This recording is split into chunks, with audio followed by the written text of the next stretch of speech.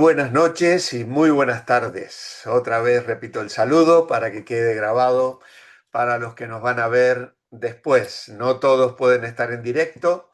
Hay unos cuantos alumnos que van haciendo sus lecciones días después y es una alegría que estén también allí siguiendo el estudio que estamos cubriendo. En este caso llegamos al paso número 7, el Evangelio y la prosperidad. Vamos a pedir al Señor su bendición para tratar este tema esta noche. Padre amado, habla a nuestros corazones a través de tu Espíritu. Señor, queremos discernir, queremos vivir en la verdad, queremos, Señor, honrarte a ti. Líbranos de prejuicios, líbranos de ser jueces con malos pensamientos. Líbranos, Señor, de despreciar a nadie en esta hora. Pero también, Señor, ayúdanos a ver con claridad qué es aquello que te agrada a ti, cómo quieres que vivamos la fe. Y vamos a tratar un tema delicado que a veces se entiende mal o se enseña mal. Por eso necesitamos tu ayuda hoy, tu dirección. Nos ponemos en tus manos de amor y te adoramos y agradecemos desde ya en el nombre del Señor Jesucristo. Amén.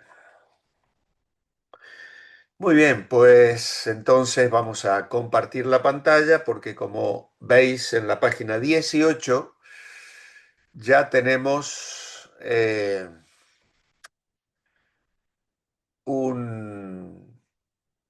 unas cuantas letras. Comienza la clase hoy con un buen párrafo que tenemos que considerar ante el Evangelio y la prosperidad. Y la imagen, la verdad es que es triste, es muy triste. ¿Mm? Así la considero yo y supongo que vosotros también. Esta imagen de la cruz transformada en un signo pesos, ¿no? La verdad es que causa tristeza esto. Cómo se ha comercializado el Evangelio y cuánta gente abandona la fe o no quiere oír de la fe o pensar en el Evangelio precisamente porque se ha desvirtuado a través de la codicia y la avaricia de personas que se dicen representantes del Señor. Hoy ha surgido una interpretación nueva del Evangelio basada en la prosperidad. Sus proponentes afirman que la voluntad de Dios para cada creyente es prosperidad económica y sanidad. Creen que estos son derechos de cada creyente y evidencias del favor de Dios. Consideran la enfermedad y pobreza como maldiciones que ningún creyente tiene que sufrir. Es un mensaje llamativo porque, claro, todos queremos vivir bien. Dicen que la prosperidad viene por pactar con Dios y también como una respuesta a la fe. La definición de pactar con Dios como ofrendar a los ministerios que enseñan este nuevo evangelio. Dicen que mientras más dan, más prosperidad económica recibirán. Se habla continuamente del dinero. Lo que uno recibe de Dios está ligado directamente al monto de sus ofrendas, así como una inversión con resultados garantizados. Había un cantante argentino, Charly García, que una de sus canciones más famosas, Confesiones de invierno, decía, Dios es empleado en un mostrador, da para recibir. Y es precisamente esta doctrina la que sostiene semejante conclusión, tan triste, tan engañosa, creada obviamente por Satanás. Bien, una de ellas dijo, da $10, recibirás 1000, das 1000, recibirás 100.000, da una casa, recibirás 100 casas o una casa que vale por 100. Da un avión, recibirás el valor de 100 aviones. Marcos 10:30 es un buen negocio. La voluntad de Dios es la prosperidad. Dice Marcos 10:30 que no reciba ahora en este tiempo 100 veces más en casas, hermanos, hermanas, madres, hijos y tierras, aunque todo ello con persecuciones y en el tiempo venidero la vida eterna. Bueno, como veis, simplemente la lectura del texto ya nos hace ver que es una interpretación corrupta, porque toman una parte, ¿no?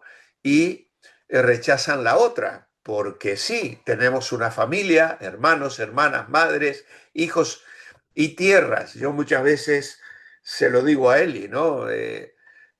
Tengo tantas ofertas de personas que me aman, que nos quieren, que aprecian nuestro ministerio y que nos han dicho, mi casa es la tuya, ven y tómate 15 días que te dejo la llave, tengo una casa de fin de semana y de hecho vacacionamos así. Hay una familia cercana que nos ofrece la casa en el norte de Galicia, su piso, y ahí vamos con él y una semanita, 10 días, 4 días, y es la manera que tenemos porque es nuestra manera de vivir. No podemos ir a pagar un hotel de lujo, ni cosas por el estilo, ni nos apetece hacerlo.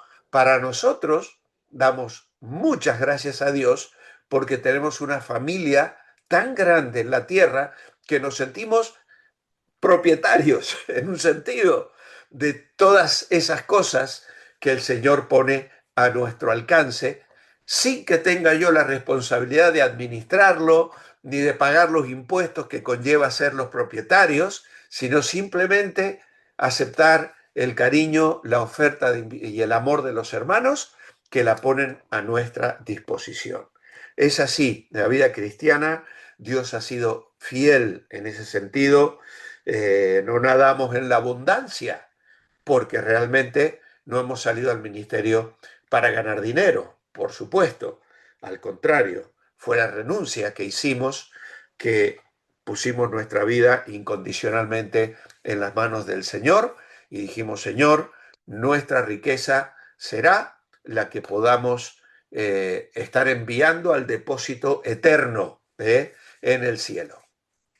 Ahora bien, seguimos con nuestro tema. Tienen su propia definición de fe, llamado declárelo y recíbalo.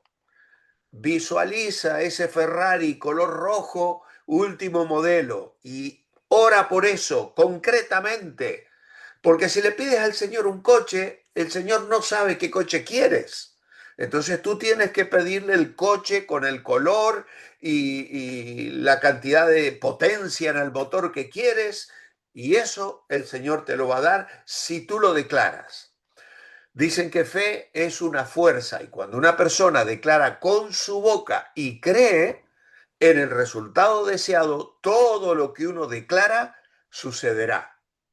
Por esa razón, no nos escucháis a nosotros cuando oramos hacer declaraciones, porque tristemente esto se ha tergiversado, amados hermanos.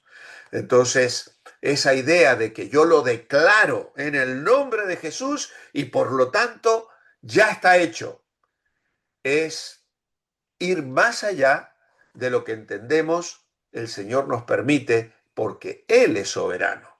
Y a veces en sus planes no está la prosperidad económica o que nos aparezca ese trabajo que estábamos orando o la sanidad física de alguna persona que amamos, incluso personas, niños, como oramos por Salma cada miércoles, ¿no? Y clamamos, Señor, creemos que la puede sanar, pero no declaramos su sanidad porque entendemos que Dios es soberano sobre la vida de esa niña y tiene un plan y un propósito para ella y que si Él quiere, no tenemos la menor duda de que puede obrar el milagro. Ahora bien, la fe para ellos no depende tanto de las promesas de Dios en la Biblia, sino de lo que quieren y creen que recibirán de Dios. Si no reciben alivio por sus problemas, dicen que es por falta de fe o por pecado.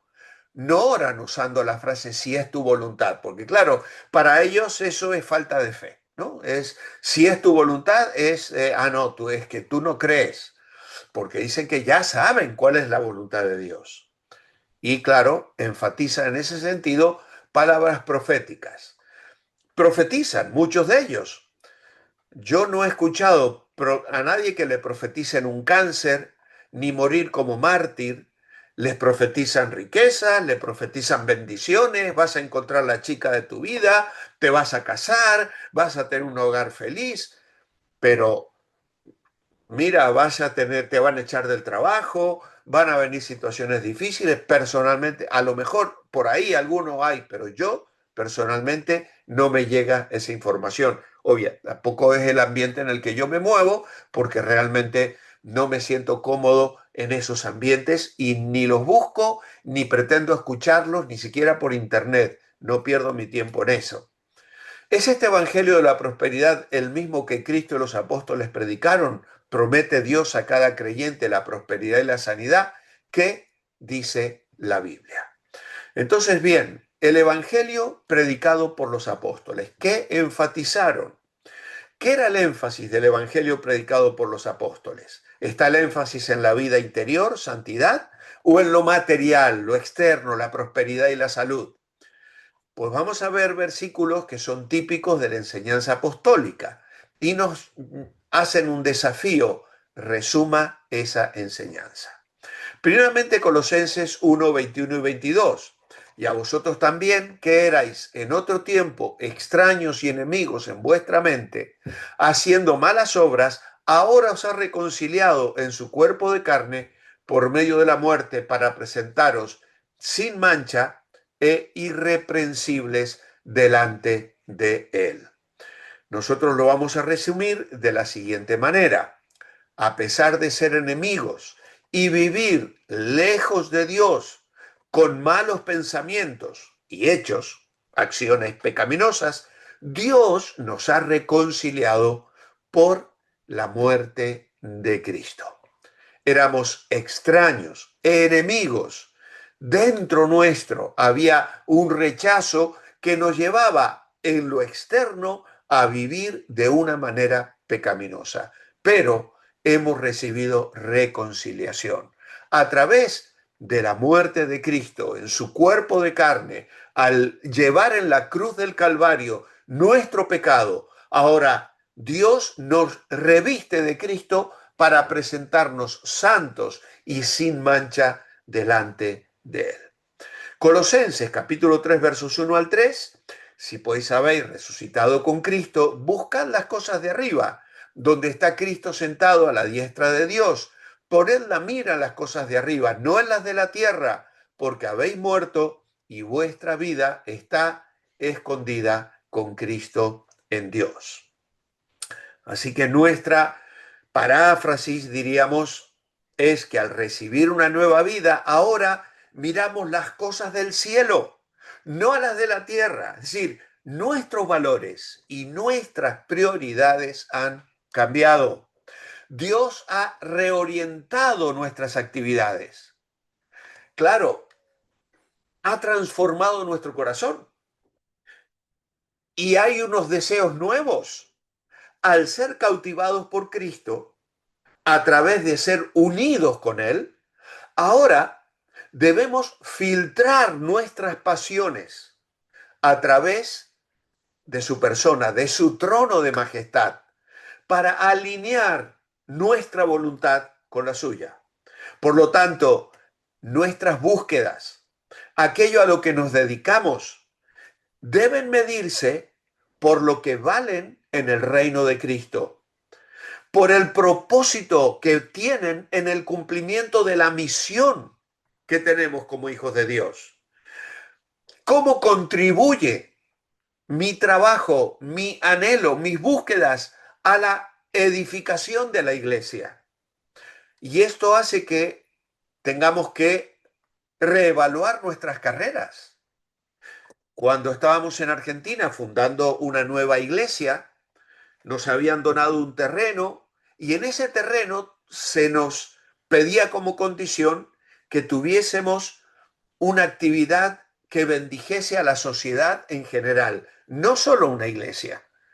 Y mientras estábamos haciendo los planes, hubo una situación donde llegó a nosotros una familia con un niño que acababa de quedar discapacitado mental profundo por causa de una mala praxis. Y los padres se convirtieron y a causa de ese niño la iglesia terminó haciéndose cargo de una asociación de niños con problemas mentales profundos que no tenían atención en ninguna otra de las entidades que había en la ciudad. Y una de las hermanas de nuestra iglesia, que estaba estudiando su carrera para ser profesora, cambió su carrera para estudiar esa especialidad. Y al día de hoy, todavía, 30 y casi 40 años después, sigue siendo la directora de AMAD, Asociación Mendocina de Ayuda al Discapacitado. La palabra discapacitado aquí en España ya no se usa, pero en el contexto de Argentina creo que todavía se usa bastante.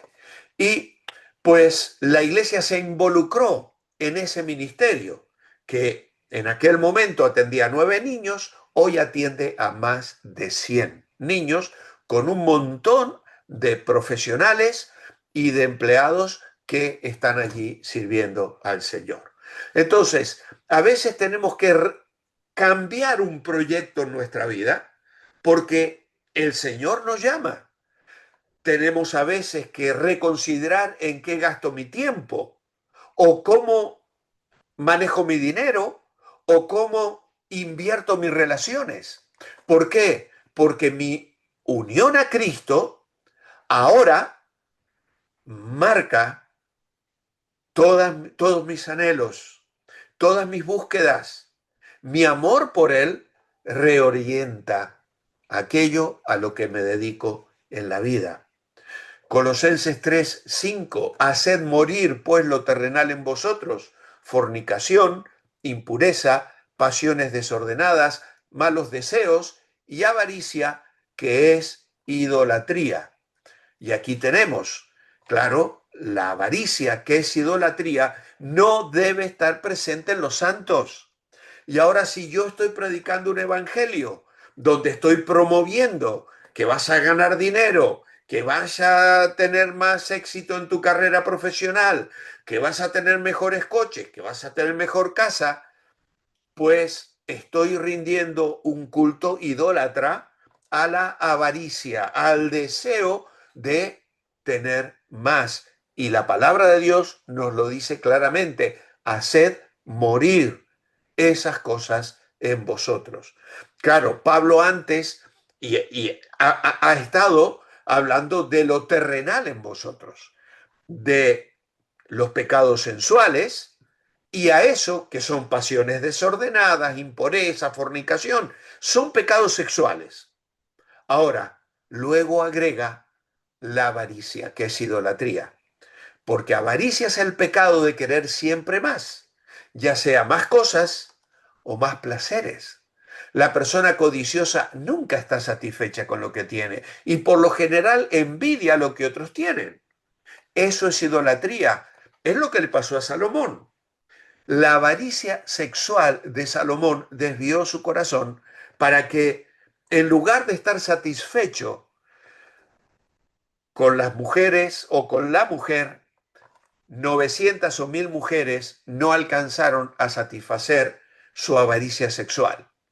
Y esto es lo que pasa. Si tú o cualquier persona no sabe estar satisfecho con su mujer o con su marido, pues no crea que va a ser feliz teniendo relaciones con 10, con 20 o con 30 mujeres. Al contrario, eso se va a transformar en una fuente demoníaca, porque precisamente las personas que tienen esta promiscuidad sexual en su vida generalmente terminan habitadas por demonios. Pero ese es otro tema. Idolatría. La avaricia pone las cosas en el lugar de Dios. Éxodo 20:17 dice, no codiciarás, el último de los 10 mandamientos. Pero ese pecado puede hacernos quebrantar los otros 9 mandamientos. porque una persona codiciosa deshonra a Dios, toma su nombre en vano, miente, roba y comete toda clase de pecado para satisfacer sus deseos pecaminosos. Así que el no codiciarás tiene efectos poderosos que afectan la vida total de una persona. Colosenses 3, 12 al 13, vestidos pues como escogidos de Dios, santos llamados de entrañable misericordia, benignidad, humildad, mansedumbre, paciencia. Bueno, hemos estado clases pasadas dedicando mucho tiempo a estos versículos y los habéis tenido en diapositivas muy especiales que muchos de vosotros habéis tomado nota puntualmente de cada una de las 8 cosas que Pablo describe aquí. Ahora bien, la idea aquí es que nos adornan la vida, la compasión, la humildad, la gentileza y el perdón. Estos versículos, Colosenses 13 y 14, nos dice que hemos sido escogidos por Dios. Apartados significa, santos significa apartados para Dios, amados de Dios y perdonados por Dios. Entrañable misericordia. Todo ello significa gracia. Por lo tanto, estas bendiciones de gracia hacen que el creyente asuma responsabilidades solemnes ante Dios. Tenemos que vestirnos de estas virtudes hermosas, que son 8 en las que nos hemos centrado ya en otras ocasiones. Así que el énfasis está en dejar el pecado para buscar la santidad, donde la vida interior predomina sobre lo material. Aunque los maestros de la prosperidad no niegan estas verdades, sus prédicas y prácticas dicen lo contrario, enfatizando lo material por encima de otros temas, a tal punto que aún los no creyentes notan su énfasis poco bíblico y se burlan de ellos. Hay un famoso grupo que ya terminó, Les Luthiers, grupo argentino que ha hecho humor en todo el mundo y que tristemente parte de su humor siempre fue eh, irreverente. No era un humor burdo, pero sí burlándose de la fe, de Dios en algunas cosas. Y tienen un sketch donde se burlan precisamente de un pastor que comercia, ¿no? Y que vende sus libros y que todo lo que... Y además los problemas fiscales que tenía con el gobierno, de modo tal que dice está retenido porque no lo dejan en el aeropuerto pasar por las deudas y los problemas de fiscales que tenía. Y se parten de la risa. Y tristemente eso es un menosprecio al Evangelio de Jesucristo, pero es fruto de ese mensaje poco bíblico que les da letra a estas personas que son gnósticas, que no creen en Dios y que aprovechan esto para burlarse de la verdadera fe. ¿Qué dice la Biblia sobre los bienes materiales? Ya que tantos ministerios hablan de la prosperidad, veamos si este énfasis es bíblico. ¿Qué dice la Biblia en cuanto a la riqueza y la prosperidad económica? ¿Qué dice Mateo 6? Pues Mateo capítulo 6, versículos 19 al 21 dice, no os hagáis tesoros en la tierra, donde la polilla y el óxido destruyen, donde los ladrones entran y hurtan. Haceos tesoros en el cielo, donde ni la polilla ni el óxido destruyen, y donde los ladrones no entran ni hurtan, porque donde esté vuestro tesoro, allí estará también vuestro corazón. Así que Jesús nos dice, no almacenemos nuestros tesoros donde se pueden corromper o donde los pueden robar. Estamos acostumbrados a dividir la vida entre lo espiritual y lo material. Pero Jesús no hizo esa distinción. En muchas de sus parábolas dijo claramente que una actitud correcta hacia la riqueza es una característica de verdadera espiritualidad.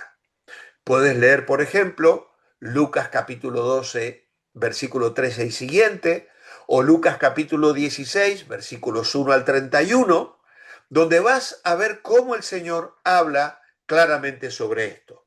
Los fariseos eran codiciosos y usaban la religión para ganar dinero. Si tenemos la verdadera justicia de Cristo en nuestra vida, tendremos una actitud apropiada hacia la riqueza.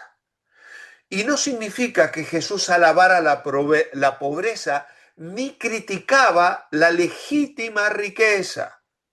Dios creó todas las cosas, incluyendo los alimentos, la ropa, los metales preciosos, y en Génesis 1:31 declaró que todas las cosas que él hizo son buenas.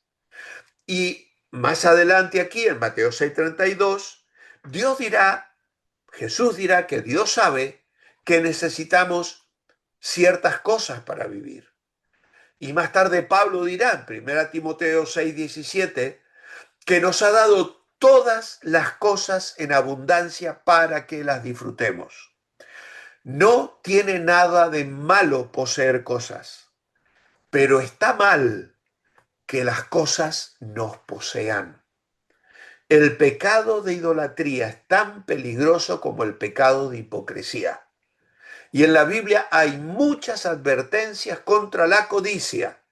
Jesús advirtió en contra del pecado de vivir por las cosas de esta vida y recalcó las tristes consecuencias de la codicia y de la idolatría. Y en el verso 24 dice, ninguno puede servir a dos señores, porque odiará al uno y amará al otro, o estimará al uno y menospreciará al otro. No podéis servir a Dios y a las riquezas, a dos amos diferentes.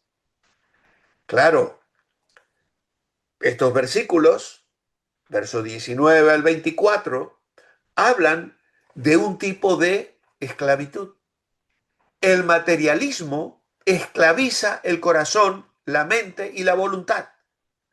Podemos encadenarnos a las cosas materiales de la vida, pero debemos ser libertados y controlados por el Espíritu de Dios. Si el corazón ama las cosas materiales y pone la ganancia material sobre la inversión espiritual, el resultado va a ser una pérdida trágica. Amados, los tesoros de la tierra se pueden usar para Dios. Pero si acumulamos cosas materiales, las perderemos y perderemos nuestro corazón con ellas. En lugar de enriquecernos espiritualmente, empobreceremos. ¿Qué significa hacer tesoros en el cielo? Es usar para la gloria de Dios todo lo que tenemos.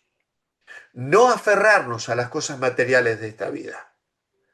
Es medir la vida por las verdaderas riquezas del cielo y no por las falsas riquezas de este mundo. Así que como vemos, Jesús no apoyó la búsqueda del dinero, más bien advirtió sobre sus peligros.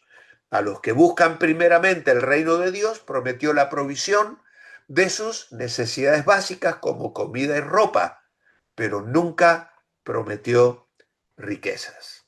Y tenemos el texto de Mateo 5, 6, 25 al 34.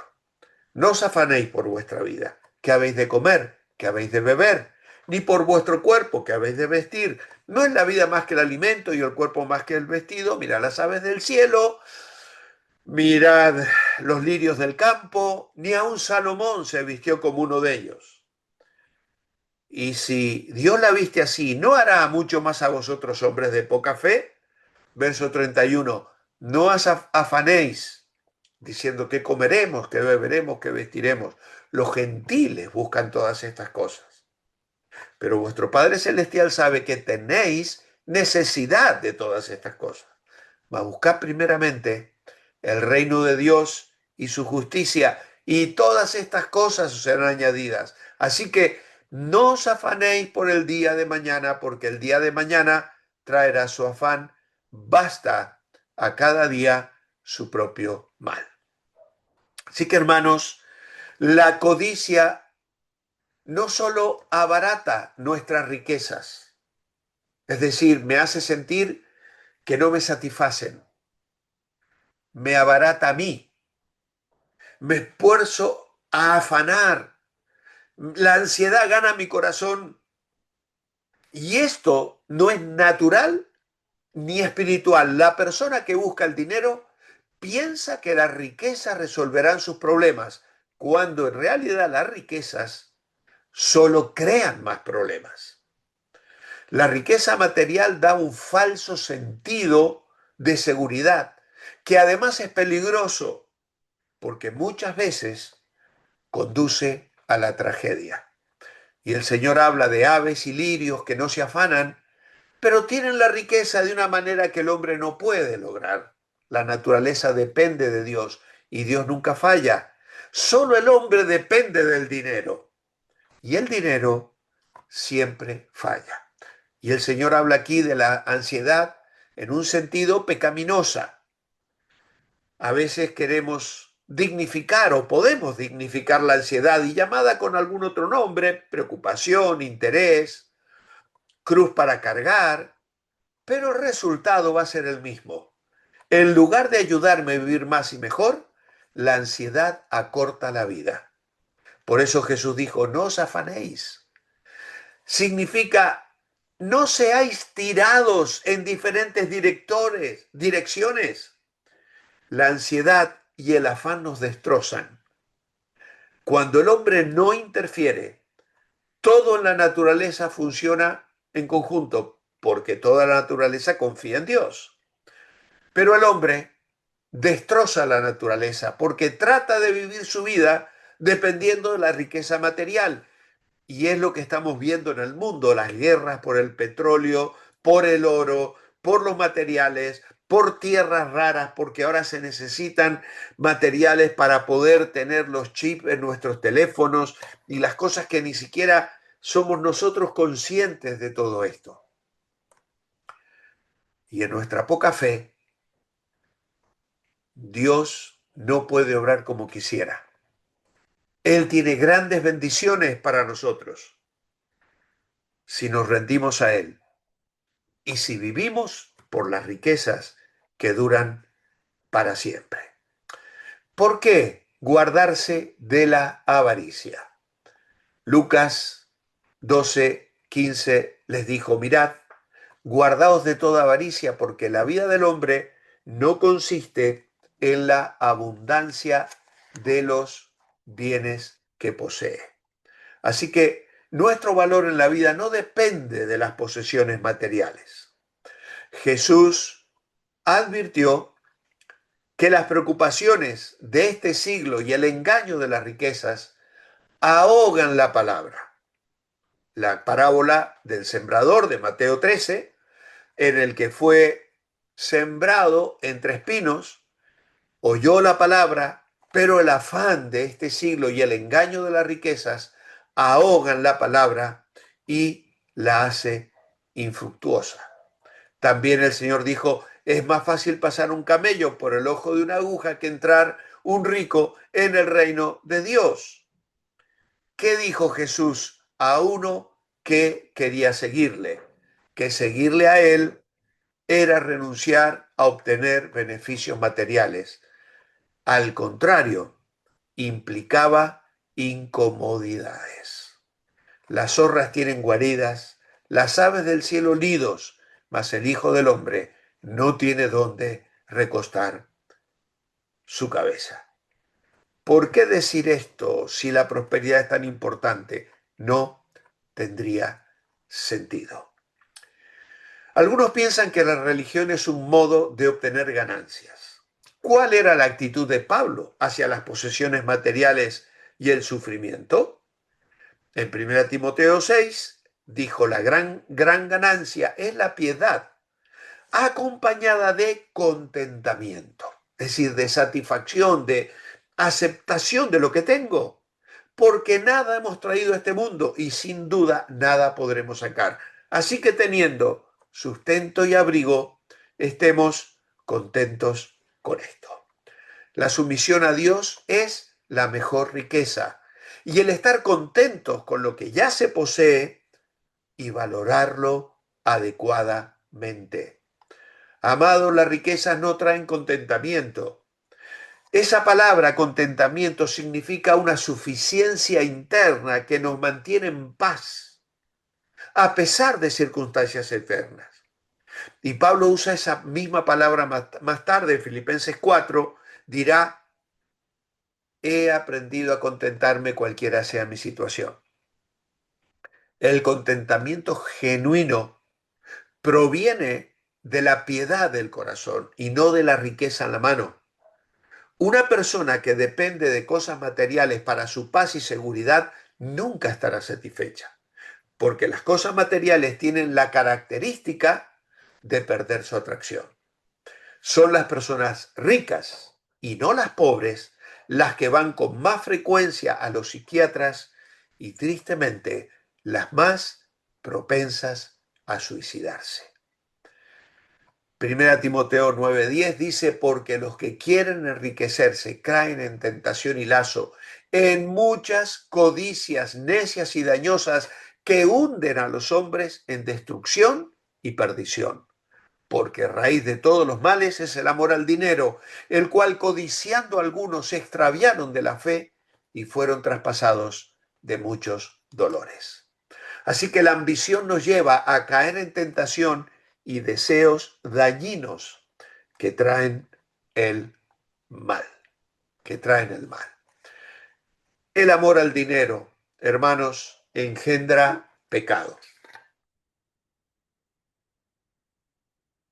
Los que quieren enriquecerse, dice Pablo, describe una persona que quiere tener más y más, porque en eso está su felicidad, la sensación de triunfo. Pero como hemos dicho, las riquezas son una trampa. No llevan a la libertad, llevan a la esclavitud. En vez de dar satisfacción, producen deseos adicionales que hay que satisfacer. En lugar de dar ayuda y salud, el exceso de cosas materiales estorba y daña. Tristemente, hay personas que teniendo una casa humilde, abrían su casa para recibir visitas y alimentar y bendecir a otras personas. Cuando han tenido casas lujosas, han cerrado las puertas porque no quieren que se les manchen los sillones, ni que se les estropee la limpieza del hogar, ni cosas por el estilo. Qué triste, ¿no? Pero es así. Codicias necias y dañosas hunden a los hombres en destrucción y perdición. Y la idea de Pablo aquí es la de un hombre que se está ahogando. Había confiado en sus riquezas y zarpó, pero vino una tormenta y naufragó. Es muy peligroso usar la religión como un disfraz para obtener ganancia. El obrero es digno de su salario, dirá en 1 Timoteo 5, 15, 18. Pero su incentivo para trabajar no debe ser el dinero. Eso lo haría un asalariado del que habló Jesús en Juan 10. Ese ve al lobo y huye y abandona el rebaño. Pero el verdadero pastor no pregunta cuánto voy a ganar. Pregunta cuánto puedo dar. Y aquí tenemos el ejemplo de Pablo a los filipenses. Él sabía contentarse cualquiera sea su situación económica. No lo digo porque tenga escasez, Filipenses 4:11. He aprendido a contentarme cualquiera sea mi situación. Sé vivir humildemente y sé tener abundancia. En todo y por todo estoy enseñado, así para estar saciado como para tener hambre, así para tener abundancia como para padecer necesidad. Todo lo puedo en Cristo que me fortalece. Así que Pablo les hace saber a estos amigos de Filipos que no se está quejando. Su felicidad no depende de las circunstancias ni de las cosas. El gozo de Pablo provenía de algo más profundo, algo completamente aparte de la pobreza o la abundancia. Él dice, he aprendido a vivir humildemente, porque cuando vienen las dificultades corremos hacia el Señor. Pero pocos han aprendido a tener en abundancia. La prosperidad ha dañado más a los creyentes que la adversidad. Tenemos el ejemplo de la iglesia en Apocalipsis 3:17. ¿Qué decía esa iglesia de la Odisea? Yo soy rico y me he enriquecido y de ninguna cosa tengo necesidad. Qué tremendo, ¿no? La palabra enseñado que usa Pablo en el verso 12, en todo y por todo estoy enseñado, no es la misma de aprendido en el versículo 11. Enseñado significa iniciado en lo secreto. Y esa palabra fue usada por las religiones paganas con relación a secretos íntimos, a través de dificultades y pruebas. Pablo fue iniciado en un secreto maravilloso del contentamiento, por pobreza o por prosperidad. Todo lo puedo en Cristo que me fortalece. Fue el poder de Cristo dentro de él lo que le dio contentamiento espiritual. Y el verso 19 dice, mi Dios pues suplirá todo lo que os falta conforme a sus riquezas en gloria en Cristo Jesús. Somos llamados a vivir confiando en la provisión de Dios a cada necesidad. Pablo consideró la dádiva de los filipenses que le habían enviado una ofrenda como un sacrificio espiritual puesto sobre el altar para la gloria de Dios. Así también hay sacrificios espirituales en la vida cristiana. Pedro habla de ello en su primera carta, capítulo 2, verso 5. Y Pablo en Romanos 12 dice que hemos de rendir nuestros cuerpos como sacrificios espirituales. Y también Hebreos 13 dice que tenemos que sacrificar alabanza de nuestros labios a Dios. Las buenas obras son un sacrificio al Señor. Y también las almas perdidas que ganamos para Cristo. Y Pablo ve a los creyentes de Filipos como sacerdotes, dando su ofrenda como sacrificio al Señor. Cuando vamos al libro de Malaquías, capítulo 1, versos 6 al 14, encontramos que Dios espera que nosotros le demos a Él lo mejor. Ahora, Pablo no considera que esta dádiva haya venido simplemente de Filipos. Él la ve venir del cielo para suplir su necesidad, porque la confianza de Pablo estaba en el Señor. Hay un contraste interesante entre los versículos 18 y 19 de Filipenses 4, que podríamos parafrasear así: vosotros suplisteis mi necesidad y Dios suplirá la vuestra. Vosotros suplisteis una necesidad que yo tenía, pero mi Dios suplirá todas las vuestras. Vosotros disteis de vuestra pobreza, mas Dios suplirá vuestras necesidades de sus riquezas en gloria. Dios no ha prometido suplir nuestros deseos codiciosos. Cuando el creyente está en la voluntad de Dios, sirviendo para la gloria de Dios, entonces todas sus necesidades serán suplidas. Pablo puso énfasis en la prosperidad porque había aprendido a contentarse con poco o con mucho. Estaba satisfecho con solo tener sustento y abrigo y advirtió contra la codicia, llamándola la raíz de toda maldad. Si la pobreza es señal de la falta de fe, ¿cómo se explica el hecho de que Lázaro es presentado como el hombre bendecido en Lucas 16? La pobreza no necesariamente señala una vida espiritual deficiente. Así que, hermanos, vamos a ir acabando con estas conclusiones que están plasmadas en nuestro manual. Después de estudiar estos pasajes, mediten lo siguiente. Si la prosperidad es tan importante, ¿por qué no la enfatizaron Jesús y los apóstoles? El Nuevo Testamento nunca presenta la prosperidad como una prioridad a buscar, pero las epístolas están llenas de consejos para lograr una vida interior de santidad. El Nuevo Testamento advierte en contra de los peligros del materialismo. Es imposible servir a Dios sin las riquezas. Las riquezas son temporales, pero han enredado a muchos.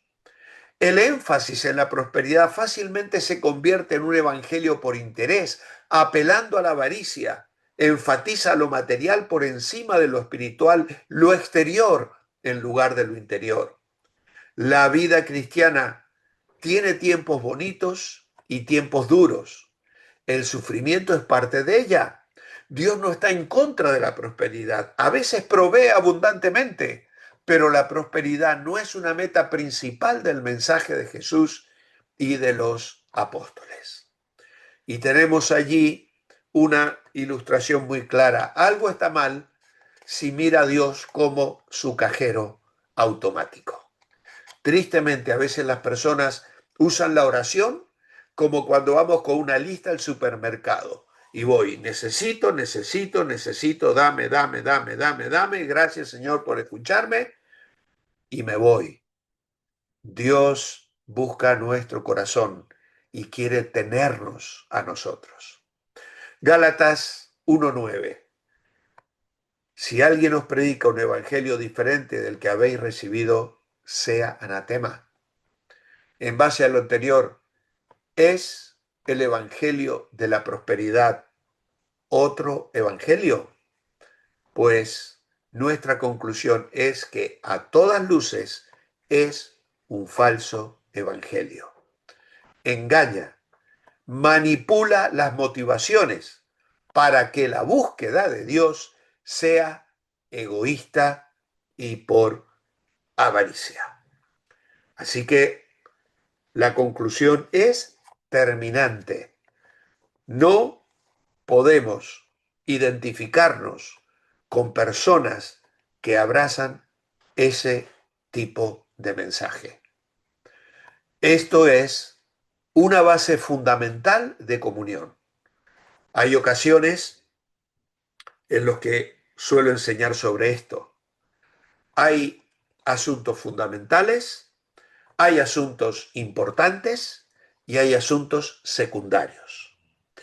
Los asuntos secundarios no son base de comunión. ¿Qué tipo de ropa usas? Si vas al cine o no vas al cine.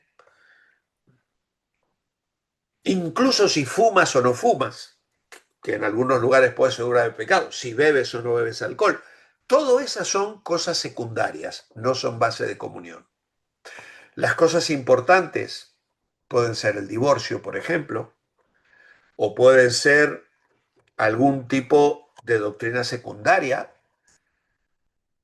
como por ejemplo los dones espirituales. Hay gente que cree en una multitud de dones espirituales y otros que consideramos que la cantidad de dones espirituales que están en ejercicio, pues son más limitados que otros. Ahora, aunque es importante, no es base de comunión. Pero hay cosas fundamentales que no se pueden negociar.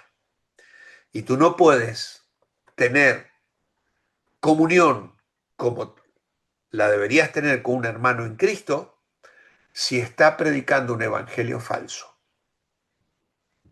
Y un falso evangelio engaña, manipula y lleva a las personas a la perdición. ¿Cómo debemos vivir entonces? Debemos aprender a estar satisfechos. ¿Cuál debe ser nuestro enfoque? 2 Corintios 4, 17 y 18 dice que pongamos la mira en las cosas eternas, porque esta leve tribulación momentánea produce en nosotros un cada vez más excelente y eterno peso de gloria, no mirando nosotros las cosas que se ven, sino las que no se ven, pues las cosas que se ven son temporales, pero las que no se ven son eternas.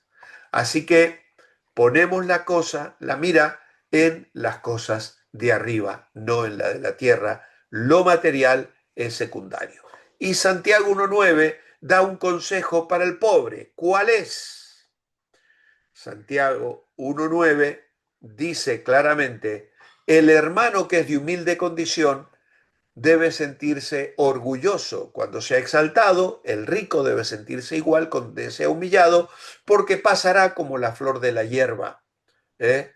Así que es una invitación a que se goce en ser hijo de Dios, acepto en él. Y el consejo para el rico, pues lo tenemos en que debe permanecer humilde, porque la vida pasa muy rápido para todos. Y es por eso que en la iglesia podemos compartir momentos maravillosos de comunión con personas que tienen un buen pasar, que sus familias han prosperado, que han desarrollado carreras exitosas en su profesión y tienen abundancia, con personas que la luchan, que están pobres, pero que a su vez comparten como hermanos, que se respetan y se aman y se tratan de igual a igual. El hermano de humilde condición se siente orgulloso porque es exaltado y el rico le mira como un igual, no le menosprecia, no le pisotea, no se burla de él, es su hermano, porque al fin de cuentas vamos a pasar la eternidad juntos. ¿Qué dice Hebreos? Bueno, las riquezas son temporales, además el materialismo fácilmente puede llevar al rico a olvidar que tanto él como el pobre solo tienen esperanza de exaltarse en su posición gloriosa en Cristo. ¿Qué dice Hebreos 13? Pues sobre el contentamiento. Pues Hebreos 13 nos dice que sean vuestras costumbres sin avaricia, contentos con lo que tenéis ahora, porque él dijo, no te desampararé ni te dejaré. De manera que podemos decir confiadamente, el Señor es mi ayudador, no temeré lo que pueda hacerme el hombre. Así que hermanos, qué hermoso es cuando en la iglesia estamos juntos unos con otros, cuando nos conformamos con lo que el Señor nos ha dado y vivimos disfrutando de lo que tenemos. Y no con ambiciones que nos quitan la paz ni el sueño, sino confiando en la ayuda de Dios, que no nos abandonará. Alguien le preguntó al millonario Bernard Baruch, ¿cuánto dinero necesita un rico para estar satisfecho? Y su respuesta fue 1 millón más que lo que tiene. Avaricia es el deseo de tener más, sea que lo necesitemos o no. El contentamiento no puede venir por las cosas materiales, porque éstas nunca satisfacen el corazón. Solo Dios puede hacerlo. Cuando tenemos a Dios, tenemos todo lo que necesitamos. Las cosas materiales de la vida se deterioran, nos las roban, pero Dios nunca nos dejará, nunca nos olvidará. Dios le hizo una promesa a Josué cuando tomó el lugar de Moisés y se cumple para con nosotros a través de Jesucristo. Podéis leerlo, Josué 1:5, 1:5 y 9. Y estos textos de Hebreos 13 son realmente también una bendición, que vienen del Salmo 118:6, un salmo mesiánico que se cumple en Cristo. Así que podemos apropiarnos de esta promesa. Fue motivo de gran consuelo para los primeros creyentes saber que Dios les libraba del temor del hombre, porque nadie les podría hacer daño si Dios no lo permitía. Dios ha de suplir nuestras necesidades, así que examina tu actitud. ¿Puedes estar contento como Pablo con abundancia o con escasez?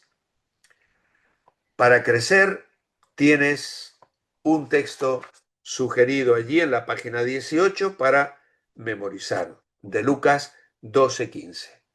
Mirad, guardaos de toda avaricia, porque la vida del hombre no consiste en la abundancia de los bienes que posee. Es un texto clarísimo con el que hoy terminamos nuestra clase. Muy bien, ¿hay algún comentario o alguna pregunta? Vale. Hermanos, nos despedimos. Que el Señor os bendiga. Dios mediante el próximo viernes continuamos con la siguiente lección, la prosperidad, la segunda parte. Parece que tenemos mucho más que decir todavía sobre el rol del dinero. Muy buenas noches. Que el Señor os bendiga.